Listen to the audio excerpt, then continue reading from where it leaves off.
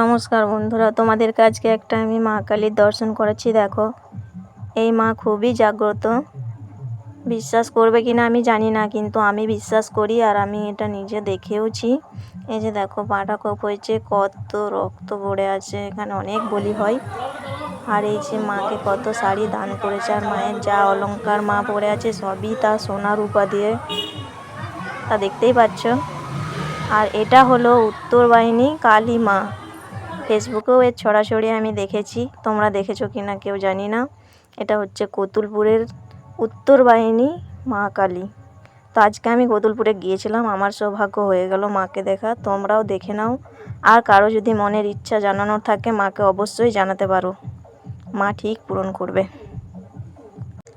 অনেকের মনস্কামনা মাকে জানায়, পূরণ হলে তা শোধ করে যায়।